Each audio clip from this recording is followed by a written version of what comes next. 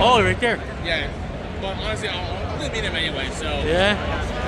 that's all my favorite '90s voice actors so far. So I might as well add another to my list. Sorry, man.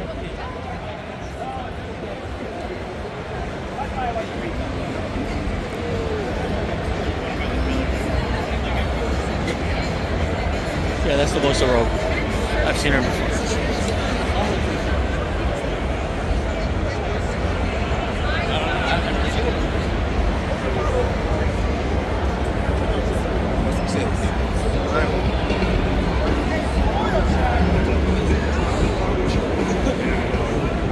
Oh, there's Kobe. Nice. That's cool. Stabilizer.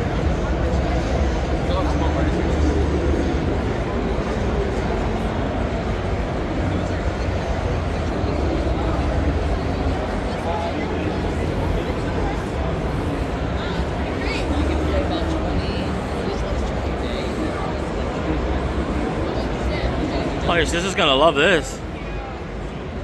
Oh yeah, it does. It's coming Sunday.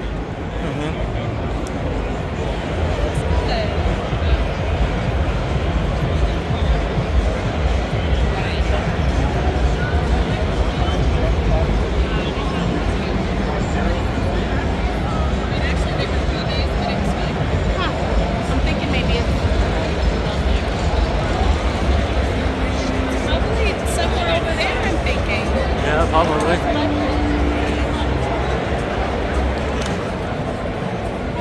Yeah, the wiener is up for 35 bucks. Excuse us.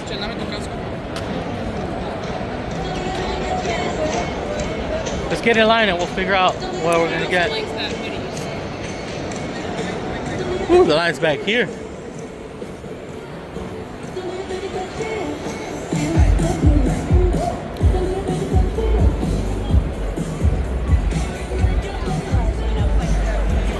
Old ass piece of the line that was next to us, not the line.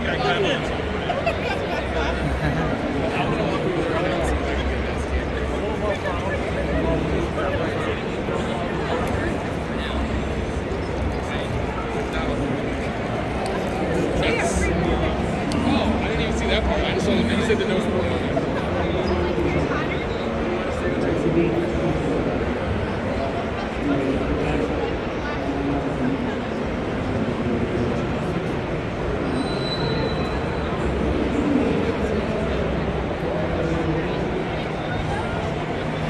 Whoa, cool.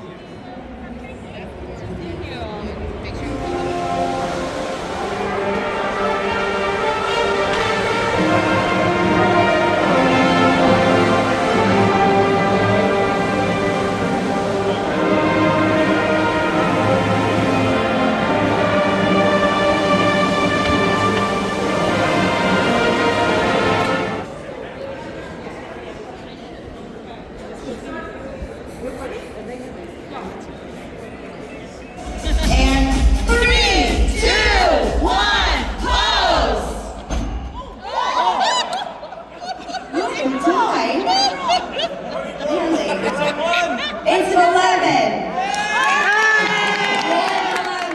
All right, I'm gonna ask you first. He's the Flash. The Just a Flash. second. I know that wasn't very. Hey, Mom. She is the bookstore gal, Julia Schneider.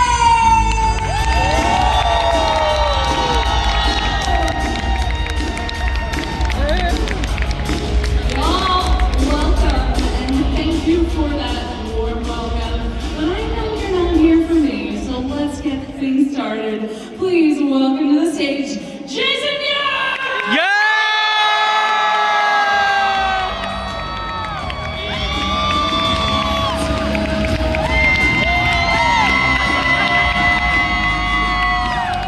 I want to start off with my pose. If I was up here in that contest, here's my pose. And go!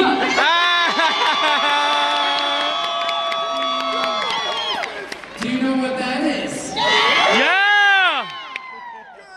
Feel the music? Do you want the full music for your... Yeah. Do it!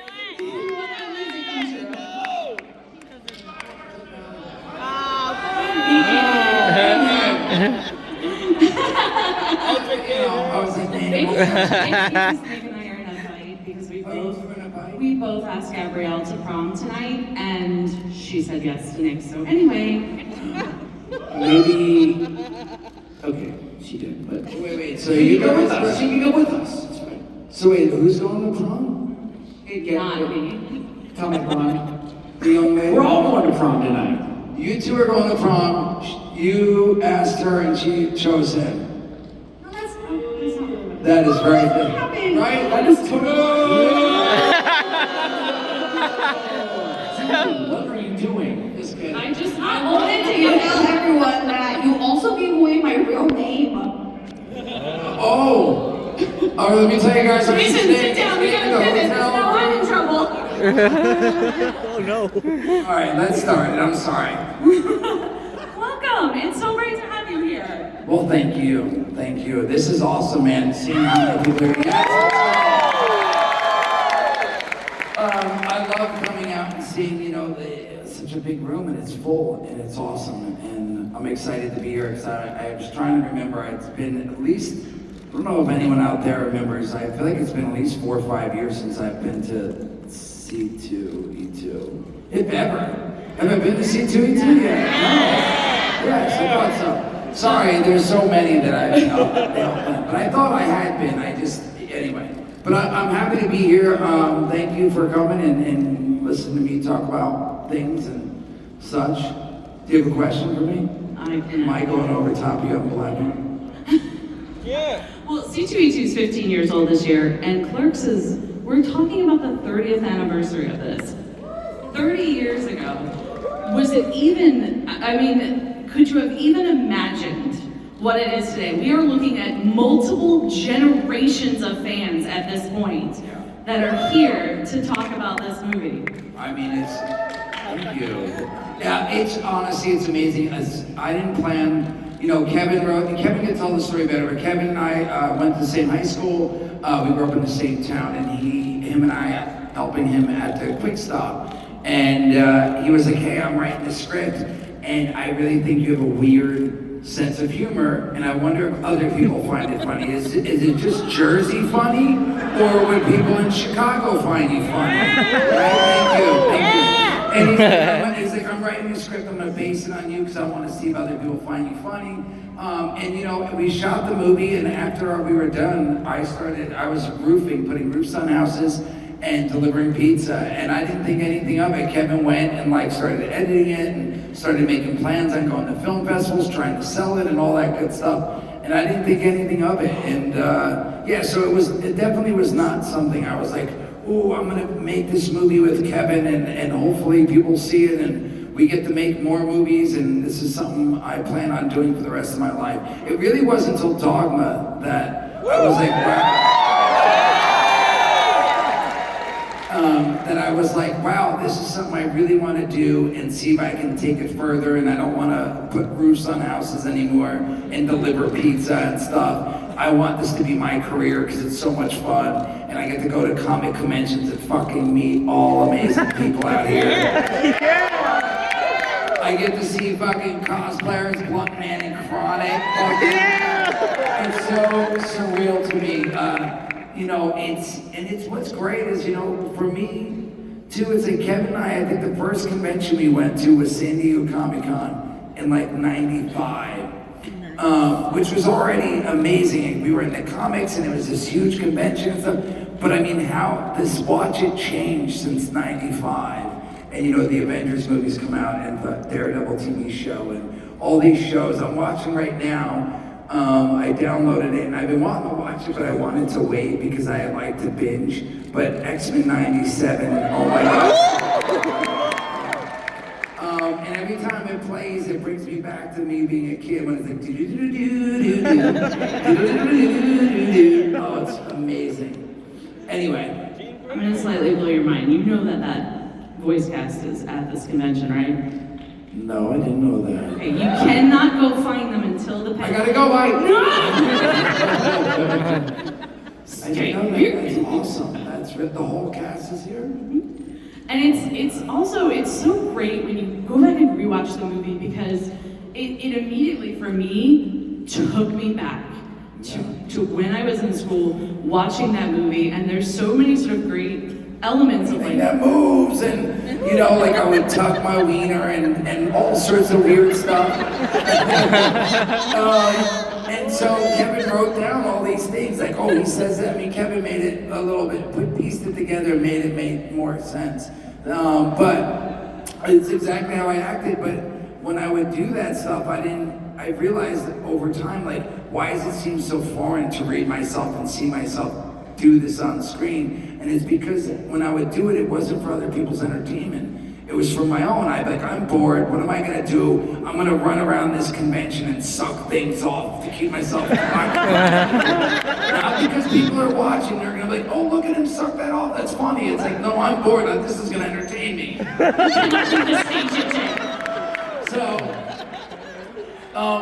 So it was weird now watching myself on screen and reading the scripts and all that. But yeah, I didn't plan on it. So that was one big thing. Over time, like we did more, and I was super nervous. So the first scene we shot was one of the first scenes. I'm like, Olaf, sing Berserker, and I remember just being like, Olaf, sing Berserker, because I was so nervous. And so I finally get through Clerks, and in Mallrats I got a little bit more comfortable. And then Chasing Amy and Dogman, I did an indie movie in Vancouver called Trying Flies. So by the time we hit Clerks 3, I was super comfortable in front of the camera. Same with coming up on stage, talking to people. If you guys go back and watch An Evening with Kevin Smith, like 15 years ago or whatever, he'll call me out on stage. He'll be like, I brought a guest tonight. And I'll come out and people will be like, yeah, and I'll wave and stuff. And then like, I'll sit on the couch being super quiet because I was so nervous getting up in front of so many people talking and stuff. And luckily I've gotten over that over the last many years. 30 years, how crazy is that? I think if you aim it to this, oh, look at it.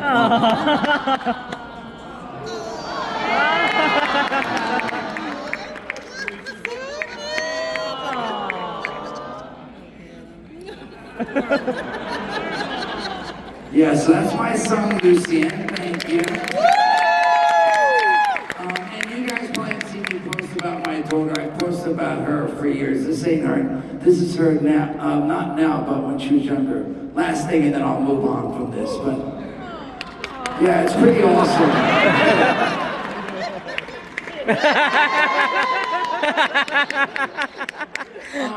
It's pretty awesome. It's been awesome. It's a lot of work. It's one thing I gotta say. I love traveling. We go to London next week, Kevin and I. We go to Jersey and then we go to London. And I'm like excited. I love London. Like I love seeing castles and stuff. I know it's goofy, but I do. I'm like, ooh. And I just picture like what the fuck it must have been like living there. I keep cursing. I forget there's plenty of kids here, but it just seems surreal to me that there's actual real castles out there. But anyway, now it's like it's tough because I miss the kids. Like the wife, I can go 2 weeks before I'm like, oh baby, I miss you so much. You know what I mean? But the kids, it's like 2 days, and I'm like, oh my God, are they okay? What's going on? You know, I'll hear them crying in the back, like, what'd you do to him? You know? So it's been great. It definitely keeps me busy when I'm home. It's like I'm traveling, doing this. I do stand-up, J Muse and his amusing stories. If you guys ever see that anywhere, I trip and traveling all over with that. I do at comedy clubs and stuff. I stream on Twitch if anyone's bored and want to hang out with me. Twitch.tv/J Muse. I'm going to be streaming later tonight, some Fortnite. And so when I'm not doing that stuff and traveling with the cons or doing a movie, I'm home busy running around with the kids and stuff. So. And your Twitch schedule is on your website, as well as links to get tickets for any of these. We'll start with one. Let me ask you a question real quick. Yeah. Do you have a son or a daughter? I have a son. So as a woman, a mom, when you change your son, your infant, are you like, man, look at this, he's gonna probably have a big penis and smoking up. As a father, I do all the time, and my wife's like, you're weird, why do you always say that? I'm like, because you don't understand, I want my man to grow up at like 18 and be like, what? But is it not the same for moms, I guess? I think they're like, oh.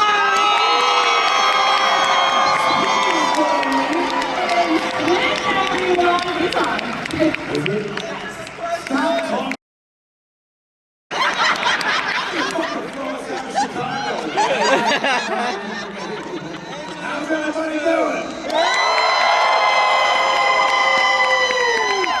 How are you?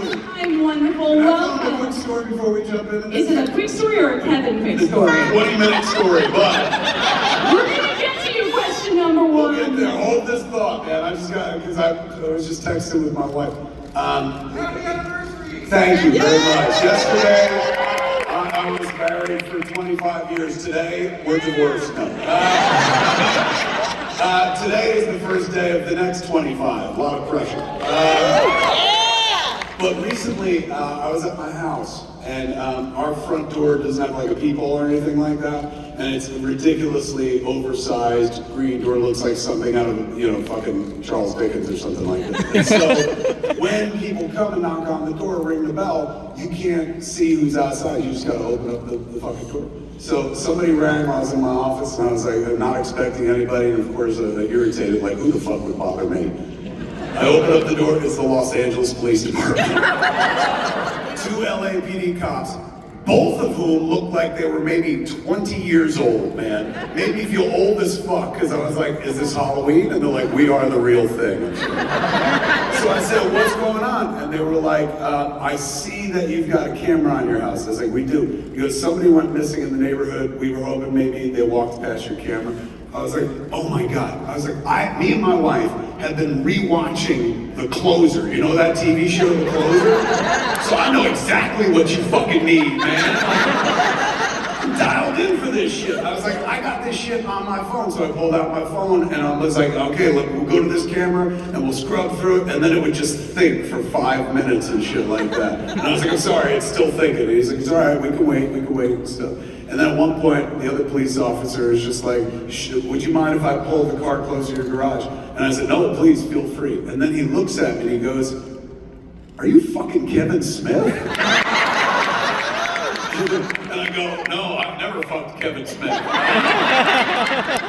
And then the other cop goes, yeah, it's fucking Kevin Smith. You just figured that out? He's like, when he opened the door and shit. And I was like, oh my God, the fact that 2 children know who I am.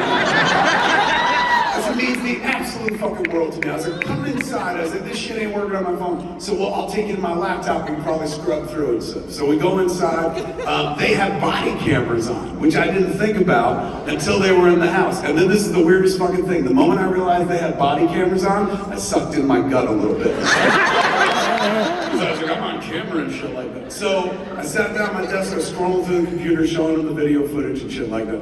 And at one point, they got the microphones that they wear right here. It's just like in the fucking TV. And they got the little walkie-talkie here. And all of a sudden you hear, and the guy was like, yeah, all right, blah, blah, blah. And then he turns to me and his partner and he goes, shooting in Hollywood. And Hollywood is like 2 blocks from where we are and stuff. And I was like, you're kidding me? He goes, yeah. Out of nowhere, all of a sudden, from his thing, I hear, and I was, Jesus Christ, did somebody just get fucking shot? And he goes, no, that's my ringtone, I'm sorry. And I was like, do you think that's a wise ringtone? He goes, it's from Lethal Weapon. So I was just texting with my wife and she was like, the police came back. And I was like, was it my 2 friends? And she said, yeah, they wanted to look one more time at the footage and shit like that. And I said, tell them we finished The Closer so we can be of any help whatsoever. Anyway, over to you. Well, all of a sudden she was like, why don't you look at the camera now? And all of a sudden the police go, I was so scared that was gonna happen. Close this, baby. Protected the swerve. The people that were doing the investigation weren't observant enough to notice who you were. Honestly, I think they didn't want to be like, holy fuck. They're being chill. They kept it as chill as they could. All right. One guy like broke the dam, and then the other guy was like, you dummy. But there's no fire. Yeah, we got I simply find about these old men movies to identify with. And then every time they say something like, I watched it with my parents and stuff, which to me sounds like punishment, but whatever. Well, my first time hearing Goodbye Horses was seeing Jason music, and I had to watch that at school. It was great. And somewhere, every person who ever saw Silence of the Lambs is like, that's where you first saw it? Yeah. Sorry, I originally had a question for Jason. I have Jay, sorry. I have it for both of you. Jay, I heard you said you love Fortnite. Yes. Too. Can you just show me what your favorite emote is? Oh, there's a few, but one of my favorite, which I can't do, but is the fucking wind up. What do you mean you can't do it? That was pretty fucking good. You really know all that. Yeah. Thank you. Dove right into it. Appreciate it. That one, Billy Bounce, I like a lot, which I can't do Billy Bounce, but yeah, there's a few. I can't. It's like I don't. And then Scenario is like the iconic one. He does like. Thank you. Thank you so much for your question. Thank you. Hi. What's your Wait, hold on. Wait, she had one more. Go ahead. I know. I look. You were like, I'm not done. What is the I'm things so I have? on hog all the time. There's no need to apologize. We love you. For Clerks 3, I saw it with my dad. I just wanted to ask, I kind of have an idea about why did you pick Black Parade? Oh, my What God. was the significance of that for you? I've always loved that song since my kid introduced me to it, right? She was when she was like in her preteens, or tweens, she was way into MCR and whatnot. And she played, I remember having to listen to a lot of music that I probably never would have heard, even though they're technically a New Jersey band. But I never would have heard it had my kid not been such a massive fan. When I heard that song, I just loved it. It's so operatic, it's so massive and big. And for years, I saw the opening, that exact opening of Clerks 3 predicated on that song. In terms of having a vision as a director, I'm not one of those cats. My vision is like, we're here, let's do something fast, But having a vision about that opening credit sequence, like 5 years I nursed that motherfucker. So when we got to the set, it was, I could not just execute, but elevate it. And the shooting it was great, but cutting it, sitting down with the footage and cutting it to the song and finding out I was right after all those years. Like, I knew this would fucking work, man. So it's number one, it's a beautiful song. Gerard's an absolute poet, but there's also the sentimental base of like, my kid introduced me to this song. And you never, the older I get, the fewer new things ever creep through, right? So you appreciate whenever somebody gives you something like a gift like that, where it's like, oh my God, here's a rabbit hole for me to fall down, listen to all this music and discover these new artists. I had Gerard and Mikey over to the house for an episode of Smodcast where we played Welcome to the Black Parade. I was like, all I want to do is play this song and pause it and ask you what you fucking meant. And so they're like, all right, and we went through the song, we'd play our lyric, and I'd stop at this, what does that mean? And they would literally decipher it for me, man. It was fantastic.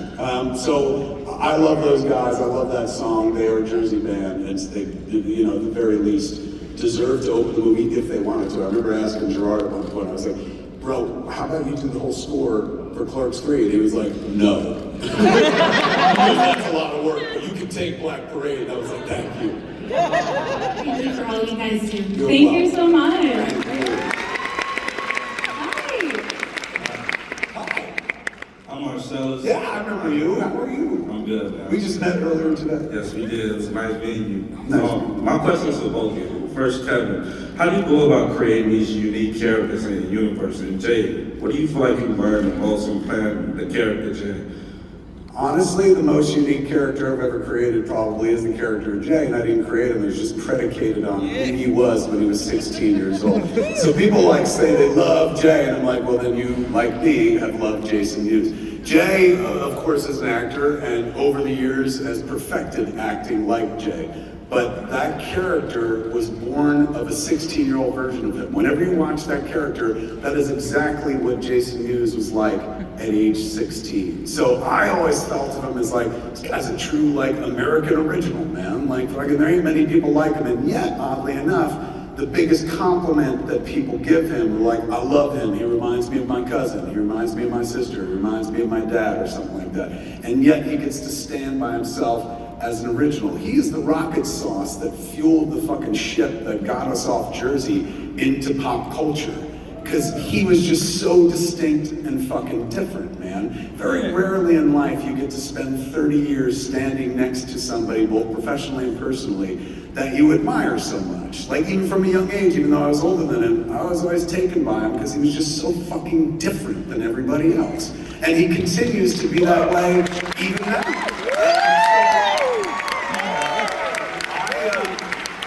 Seriously, the dude's gonna be 50 this year. He's fucking sitting up here talking about so, you know, he's got very strong shoulders. Clerks, of course, was about Dante and Randall, but it's also about the guys who are dealing outside the store. And one of them didn't say shit. The other guy did all the heavy lifting and stuff. So I often think, like, I'm proudest of this character, but I had nothing to do with the creation of the character other than me going, that's a good fucking idea. A dude who would say snoogans after things? Like, I didn't write that. I didn't write snoochie boochies. That's just shit he said. And I gave him a script for Clerks, and it was written to everything he would say and who he was when he was a kid. And I was like, what do you think? He's like, I don't think I could do this. And I was like, it's fucking you, man. Like, so yeah, he's been my good luck charm this entire run. That's why you rarely see me make a movie like without him in it. And, you know, not just as Jay either. It's like being around his energy. He's still creative, he's still like a kid, even though we're both old men. Over to you. Well, I don't know. I just like he said. I would say definitely that over the years, people say like I have a cousin like you. Like knowing that there are people that speak their mind and are, you know, that people want to hang out with because they think they're funny or like make them feel good because they're sort of timid and shy and things like that. It's really been cool. Like I meet people all the time that are like, hey man, I'm Jay to his son Bob and things like that, like cousins, brothers, and all this stuff. So that's something that I've seen over the years going to cons and stuff and meeting people, and it's been awesome. So Thank you. thank you. Hi. My name's Jacob. This is for Jay.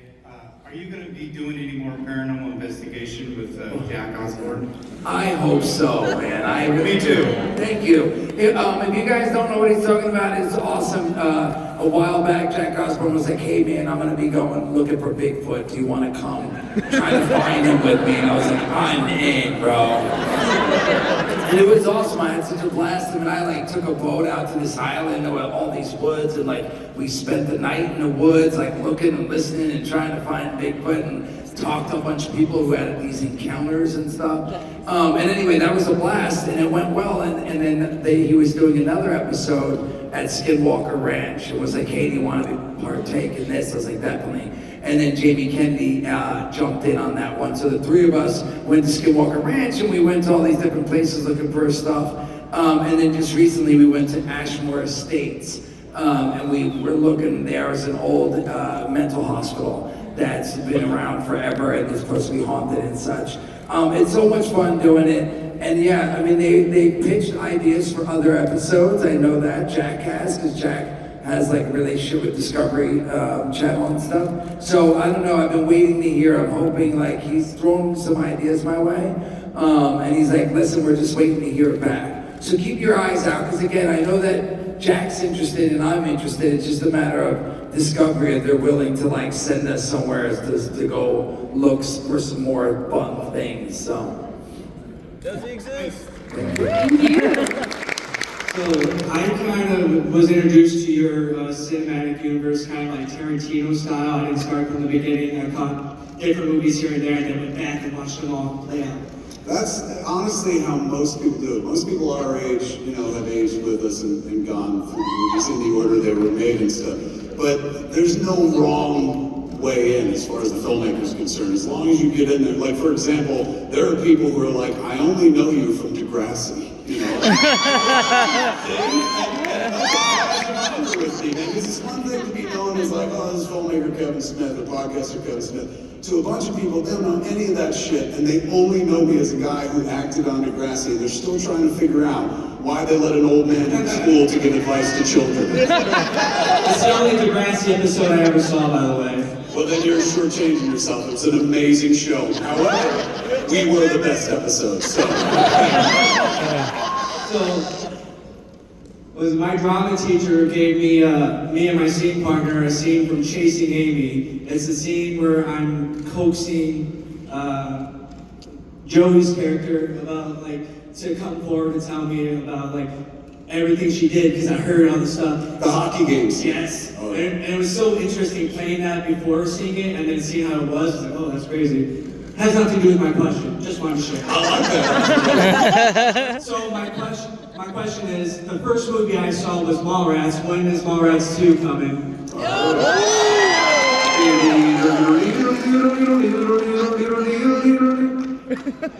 The opening song of Mallrats. Yes, my favorite. And we've been trying for the last, 5 years. It's weird. Universal owns the movie. When we made Mallrats, it was with Gramercy Pictures, and that was a co-production between Universal and Propaganda. So it dissolved, and eventually they had another boutique label years later and stuff. Focus, things like that. But back in the world of independent film, even though we're a big studio. So Universal owns Mallrats. Thing is, they never remember that. So whenever I go in, and I've done this multiple fucking times with multiple fucking regimes, like entire fucking staffs have been in place. So I'm like, new people? All right, I'll go ahead and try again. So I always bring the Mallrats 2 script. It's called Twilight of the Mallrats. And I'm like, hey man, I'm ready to do this. Like, I'm ready to make the sequel. I got everyone on board. Like, everyone's happy to come back. Let's make Mallrats 2. And they're like, we own Mallrats 1? I was like, first off, it ain't called Mallrats 1. It's just Mallrats. But second off, yeah, you guys have it. They're like, oh my God, I love that movie. And I'm like, oh, then you're going to love this, man, because everybody comes back. We just take the story into the future, read it, let me know. And then they'll read it and bring me back for a meeting, and invariably, this is the response. I was like, what'd you think? They're like, we read it. This is neither fast nor furious. And that's where the conversation dies. Because they're right. It's like, well, there's no cars in this whatsoever. That's what they're interested in making. They honestly don't remember they own Mallrats. So much so, I'll give you an illustrative story about that. We made toys for years, and still do from time to time products with the folks at Diamond, right? So our boy at Diamond was like, hey man, I was like, we're doing all these Clerks things. We could do Mallrats stuff, but you gotta get the license from them. And so he was like, all right, I deal with Universal on Jurassic Park, on The Grinch, on a bunch of shit. This shouldn't be a problem. I know exactly who to talk to. So he talked to him and blah, blah, blah, and he got back to me after a couple of weeks. He's like, I got the license. I was like, get the fuck out of here, man. You got a Mallrats license so you can make t-shirts, toys, blah, blah, blah. He said, yeah. I was like, how much does something like that go for? And he goes, do you really want to know? And right then and there, I was like, here comes the humiliation. And so he goes, I asked them, hey man, I'm interested in getting the Mallrats license. And they were like, all right, we'll get back to you. They got back to him 2 days later, and they were like, we're gonna charge $5,000. How's that? Is that a lie? No. And he was like, I mean, okay, that's an arbitrary figure. Fuck, I'll give you 10.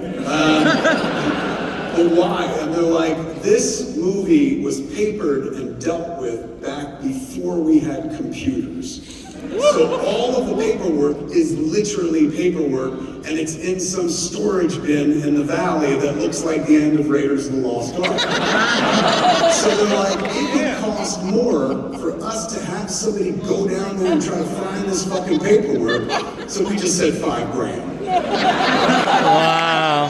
So that's what I face whenever I'm like, can we make a Mallrats sequel? They're like, and you are? You know? And whenever I go in for a meeting, they're like, oh, Kevin Smith, we thought we were meeting with Kevin James. Fuck. You know? So it'll be a minute. I never give up hope and stuff. And you know, I sometimes I'll cannibalize a script and I don't think it's ever going to happen and take the best jokes and stuff and put it in something else. I haven't done that yet, so that's usually a good sign. So fingers crossed, before I leave this world, I'll get to do fucking Mallrats 2. And at that point, it'll be about fucking old people walking in the mall.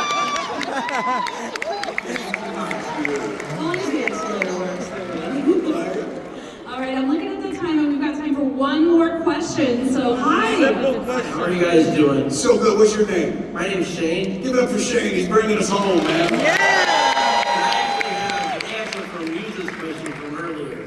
You guys did Jay and Silent Bob Get Old Smodcast in 2015 in this very room. It's C2E2. I thought it looked familiar when I came out here. Life for us is sometimes a series of stages, and it looks like this. You can see a vague shape of bodies and stuff like that, but there's so The many stage wasn't lights. as high that year. Neither was I. Anyway, back to you. But that was, I just wanted to answer. Well, thank you. Thank you for Do your you want to ask a question to get us out? Do you have a question for Kevin? I've actually got the picture that we took with you that year. Well, thank you. We can end it by you showing it, blowing it up, really. Bring it to me. I want to see it now. So while he's walking that up, speaking of pictures, y'all are here this weekend. You're gonna be at the autograph table. Yes, we are. We just spent all day taking pictures and signing stuff, and we'll be here tomorrow doing it till like 3 o'clock. We get on a plane. Chronicon, you know. Do a show there. Chronicon! But we will be back in October for the very first ever in real life Chronicon. Yeah! Right at the Rosemont Convention Center. Everyone's like, why there? We used to go to Wizard World there for Yes! years. Yes! So, like, some of my happiest memories in the world of what I do for a living and stuff happened there. For years we would go, and like it was just a crazy, wonderful, magical time. That con doesn't exist anymore as it did. But when we were trying to figure out where to do Chronicon, first thing I thought, because they were like, well, do we start in Jersey? But I was like, not everyone can make it to Jersey. Maybe we do it in the middle of the country. And I was like, I know we're strong in Chicago. And they're like, well, do you know the Rosemont? And I was like, dude, I fucked up the Rosemont. So, Chronicon is out there, I believe it's the weekend of October 3rd or something like that. Tickets are on sale right Yeah! now. A bunch of folks in the music universe will be there. All the podcasts that we do are going to be there. It's going to be like essentially the Jay and Silent Bob Con, man. So you're all welcome. Come on out. Kevin, thank you for joining us and bringing us on this journey. Everyone, let's hear it for Yeah!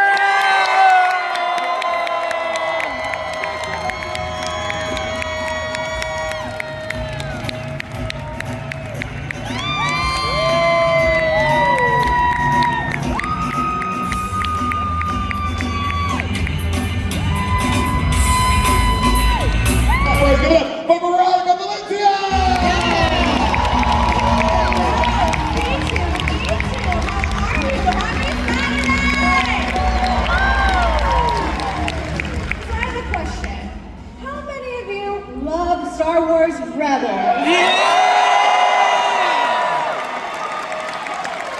I really do love that, but I want to hear it a little bit louder. Can we get that again? How many of you love Star Wars Rebels?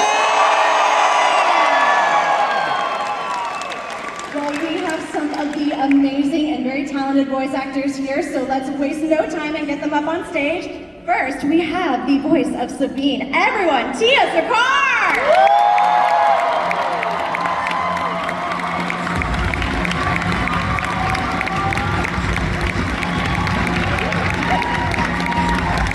For all of you Kanan fans, he is here, Freddie Prinze Jr.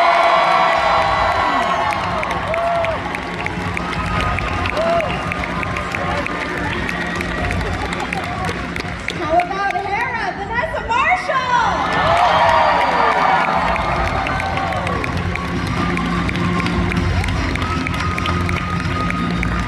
And let's show some love for Zeb. Everyone, Steve Blue!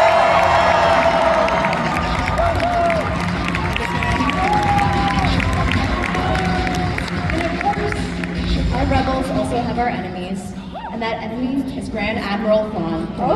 Give it up for Lars Nicholson!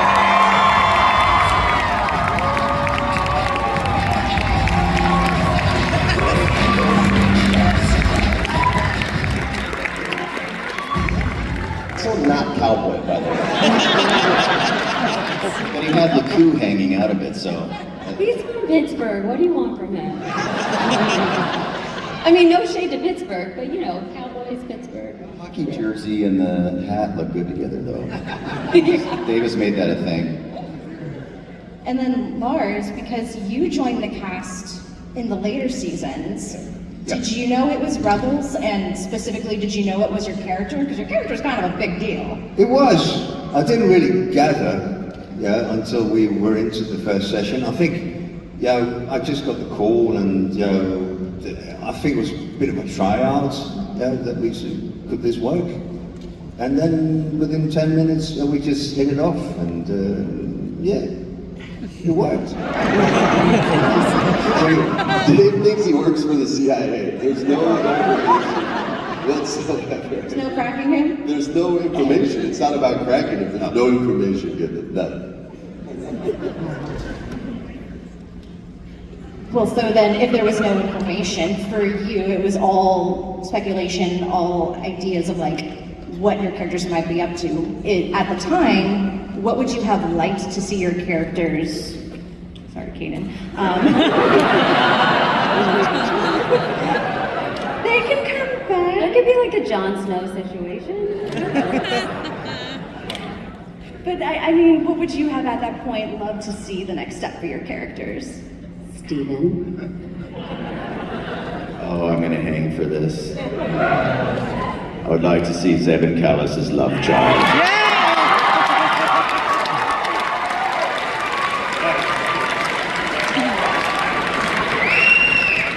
I want to write a Gurgle.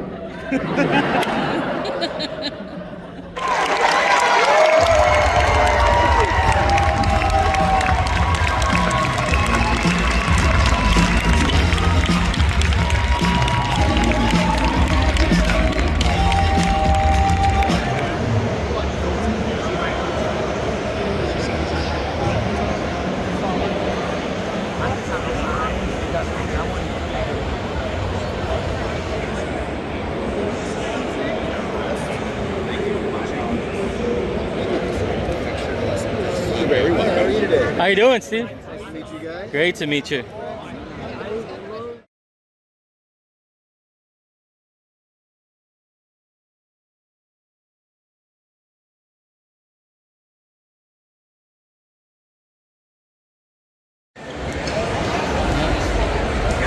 That is a pretty cool Slimer.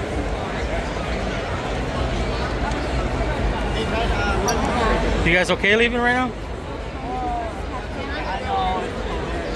Panda, like pandas? Yeah, take some pictures. Let's take some pictures before we take off. You can go over here and see like a lot of the cosplayers and stuff. They'll go by the front.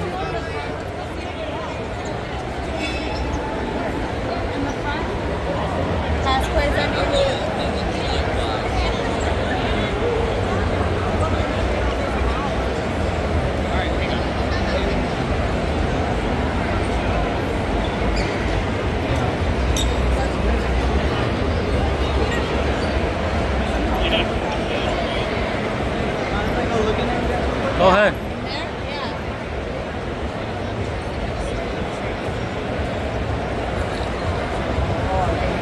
Yeah, let's stay out here.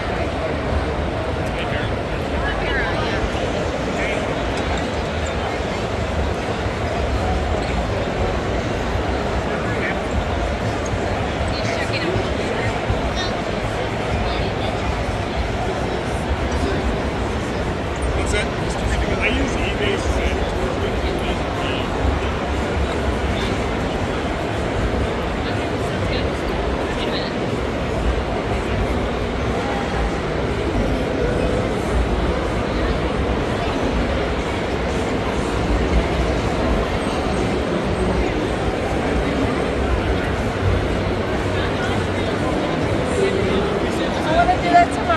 Okay.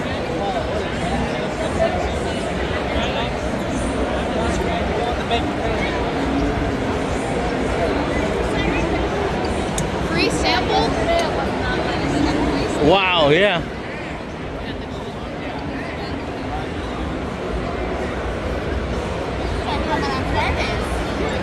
Hell yeah.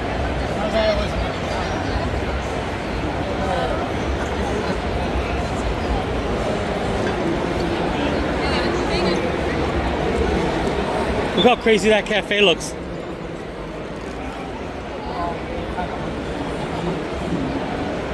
she really model for that, or are they using her likeness? Oh. Oh, they might just be using her likeness. There's Top Cut, the one by the house. Back there.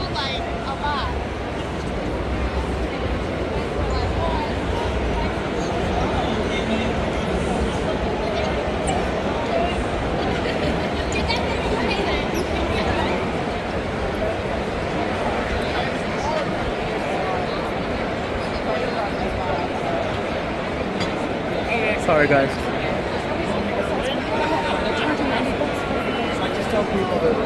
Sorry about that.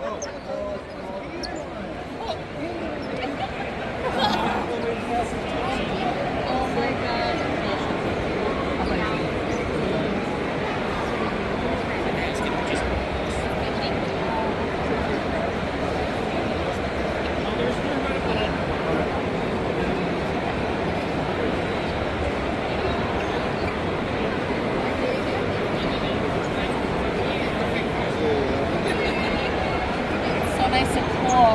I know.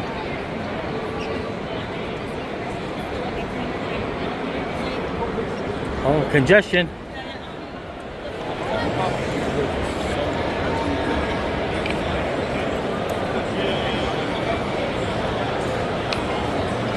Sorry, guys. Sorry. Sorry.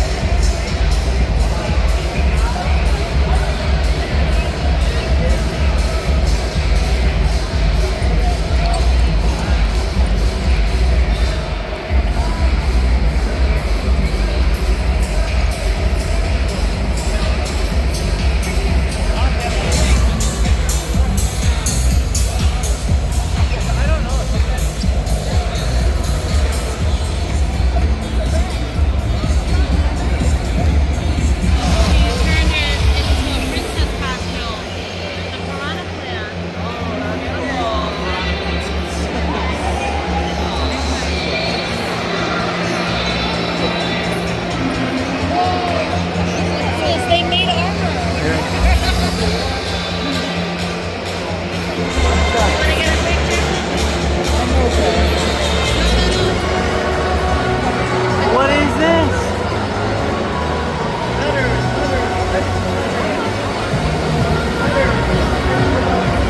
Oh, look at.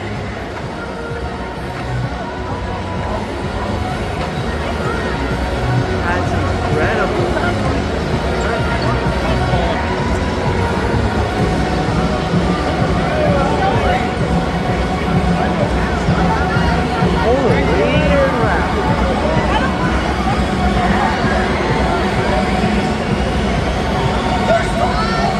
Oh my god.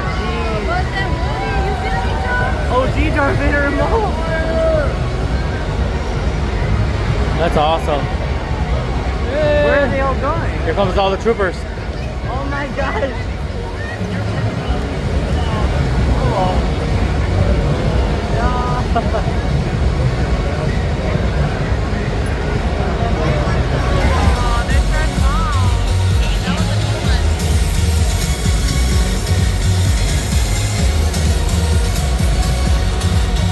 There's a Kanan right here.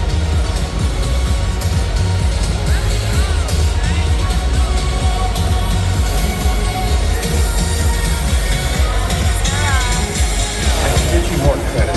Sorry.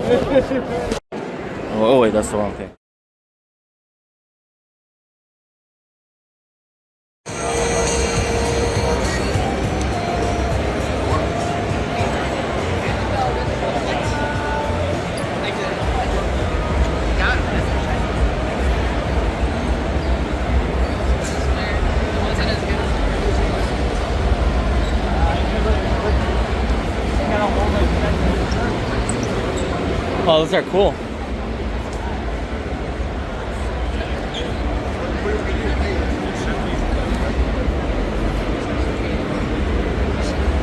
There's some troopers over here. Is even. Oh, go ahead. Go ahead. Go ahead.